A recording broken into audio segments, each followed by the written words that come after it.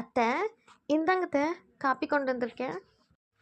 ஐயோ குடும்பமருமகளே, ரொம்ப தலை சுற்றிட்டே இருந்துச்சு, நானே கேட்கலான்னு நினச்சேன்.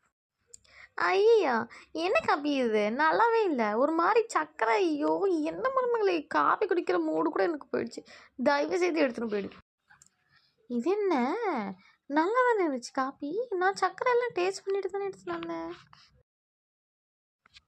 நல்லா தான் இருக்குது அத்தை. நான் சக்கரை எல்லாம் பார்த்து தான் கொண்டு வந்தேன். சரி, நான் இன்னொரு வாட்டி போட்டு எடுத்துகிட்டு வரேன். இப்போவும் நல்லா தான் இருக்குது. என்ன சாப்பிட்டீங்க? மத்தியானம் எதுவும் சாப்பிட்டீங்களா? நல்லா தான் இருக்குது. நான் வேற போட்டு கொண்டு வரேன். ஒன்றும் வேணாம், போதும், நீ கொடுத்ததே போதும். அம்மா அம்மா கதவு தரமா? நான் போய் திறக்கிறேன். ஏதோ நான் போய் திறக்கிறேன் இப்போ கதவு. வாமா, என்ன சாப்பிட்டு ஏதாச்சும் இல்லைன்னா சாப்பாடு கொண்டு வர வா, டீ போடவா?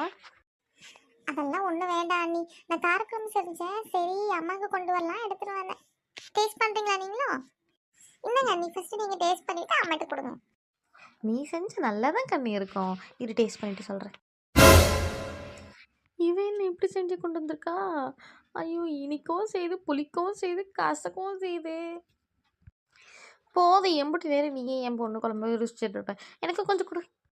உங்களுக்கு இல்லாததாத்த எடுத்துக்கோங்க. எனக்கு தெரியும் பிள்ள, அப்பவே நீ பெரிய குக்குன்ட்டு. அப்புறம் என்ன டேஸ்ட்டு! ஐயோ, இருக்கிற எல்லா சுவையும் இந்த குழம்புல தான் இருக்குது. எங்களை கற்றுக்கினேன். எடி, என் பொண்ணை பார்த்து கொஞ்சம் கற்றுக்கோ, எப்படி குழம்பு வைக்கிறது அப்படின்னு. ஆமாத்த, நல்லா இருக்குது, ரொம்ப சூப்பராக இருக்குது. அம்மாடி, நான் சாப்பாடில் போட்டு நான் இதையே சாப்பிட்றேம்மா. என் தலைவலி ஃபுல்லாக பறந்து போயிடுச்சு. சோத்தை கொஞ்சம் எடுத்துட்டு வா. ஏண்டி கொஞ்சம் தள்ளு, நான் போயிட்டு என் பொண்ணு குழம்பு சாப்பிட்டு வரேன். போங்கத்த. அடைச்சி, எல்லாம் என் தலை விதி. ஐயோ, இன்னும் என்னெல்லாம் பார்க்க வேண்டியது இருக்கோ.